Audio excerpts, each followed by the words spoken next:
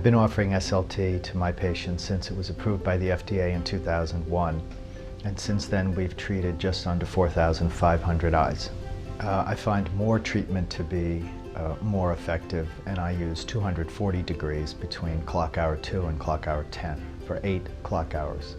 I aim for champagne bubbles and titrate the energy through the treatment. When I start out, I use about 1 to 1.2 for dark irises, 1.2 to 1.4 for green irises, and 1.4 to 1.6 for blue irises. For dark pigmented individuals, I will probably go under 1. For patients with pigmentary glaucoma, we use 0.4 to 0.6. And for exfoliative glaucoma, we will generally use 1.6 to 1.9 millijoules. We generally treat the same way. For narrow angles, we aim to treat the trabecular meshwork without hitting the iris or the ciliary body.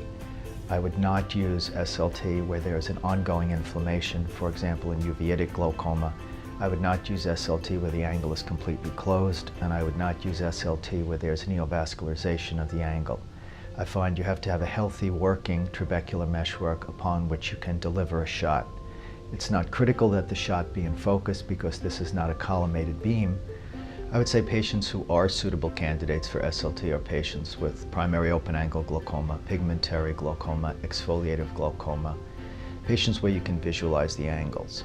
Patients who I should think are not suitable for SLT are patients where the angle is closed, like synechial closure of the anterior chamber angle. Patients where there is an ongoing inflammatory process, either sarcoidosis or tuberculosis or uveitic glaucoma, where the eye is already inflamed. And in patients where there is neovascularization of the angle, that we would see after central retinal vein occlusion or diabetic retinopathy with neovascular glaucoma. When I treat patients, what we call secondary treatment, patients who are on medications, what we do is we keep them on the medication and we treat both eyes. I wait 2 months because there are late responders as late as 8 to 12 weeks, and we check the pressure. If a patient is on 4 medications, say, the first medication we'll stop is the prostaglandin because SLT functions as an outflow agent and prostaglandins are an outflow agent. The next medication we stop is the alpha agonist because those usually cause side effects like red eyes, and patients notice those. The next thing we'll stop is dorzolamide, which is an aqueous inhibitor. And the last thing we'll stop is the beta blockers.